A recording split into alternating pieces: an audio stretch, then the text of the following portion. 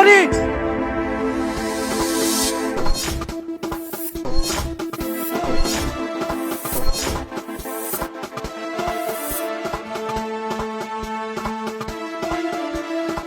আমার বোনকে তুমি কেন ব্রিজ থেকে ফেলে দিতে চাইছো? ভাবি তুমি আমাকে মেরে ফেলতে চাও? সি সি ভাবি, তোমার মনে এইসব নোংরা চিন্তা ভাবনা আসলো কিভাবে? মানুষরা তো ঠিকই বলে ভাবিরা তার ননদের কোনোদিন দেখতে পারে না, তুমিও তো তাদের থেকে কম না। তুমি কেন আমার বোনকে ব্রিজ থেকে ফেলে দিতে চাইছিল? আমার বোন তো তোমার কোনোদিন ভাবি মনে করে নাই, নিজের বোন মনে করছে।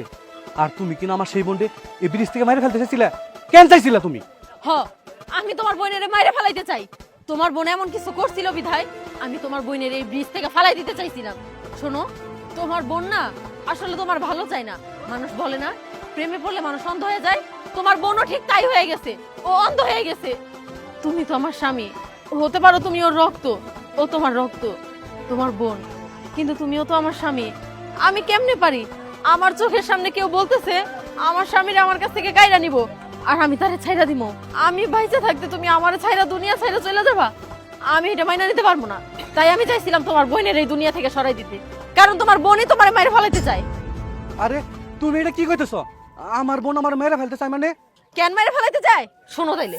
কি ব্যাপার, তুমি এত জরুরি ভাবে আমাকে কেন দেখা করতে বলছো? শোনো ফিরোজ, তুমি যে নেশা করো ভাইয়া জেনে ফেলছে, তাই তোমার সাথে বিয়ে আমাকে কখনোই দিবে না। আরে বললেই হলো নাকি? আমি তোমাকে ভালোবাসি, তুমি আমাকে ভালোবাসো, আমরা দুইজন যদি রাজি থাকি সে কি করবে? মানে তুমি কি বলতে চাও? আচ্ছা, তুমি কি আমাকে পেতে চাও? আমি তোমাকে সারা জীবনের জন্য পেতে চাই, আমি তোমাকে হারাতে চাই না ফিরোজ। তাহলে আমি যেটা বলবো সেটাকে তুমি করতে পারবা? হ্যাঁ হ্যাঁ, তুমি যা বলবো আমি তাই শুনবো। তুমি বলো, তুমি শুধু একবার বলো। তোমার ভাই যেহেতু আমাদের মাঝে বাধা হয়ে দাঁড়াচ্ছে, তাই তাকে উপড়ে ফেলতে হবে। হ্যাঁ, তুমি ঠিকই বলছো। মানুষ ভালোবাসার জন্য জীবন দিয়ে দেয়, কিন্তু আমি তোমাকে পাওয়ার জন্য ওর জীবন নিয়ে নিব। আমি ভাইয়াকে মেরে ফেলবো, আমি আজকেই ভাইয়াকে মেরে ফেলবো। তাহলে কানটা পাতো। আচ্ছা ঠিক আছে।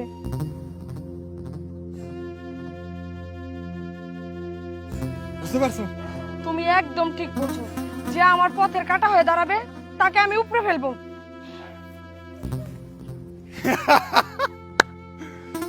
আমি তোকে দিয়ে তোর ভাইকে সরাবো, তারপর তোকে বিয়ে করে সমস্ত সম্পত্তির মালিক হব আমি। বর্ষা, এটা আমি কি শুনলাম? তুই একটা ছেলের ভালোবাসতে আমার মেরে ফেলতে চাস? হ্যাঁ, বৌমা ঠিকই কইছে। কারণ আমার ছেলে ফিরোজ খুব খারাপ ছেলে, আর ওই খারাপ ছেলেরে এই মেয়েটাই ভালোবাসে, আর ভালোবাসে এই বুদ্ধিটা করছে। কারণ আমি জানি আমার পুলা খারাপ, আর ভালো একটা মেয়েরে নষ্ট করতেছে। চাচা, তার মানে এত সময় পরি যা গেলো সবই সত্য কথা? আমি শুধু শুধু পরিরে ভুল বুঝছি, হরের বকাবকি করছি।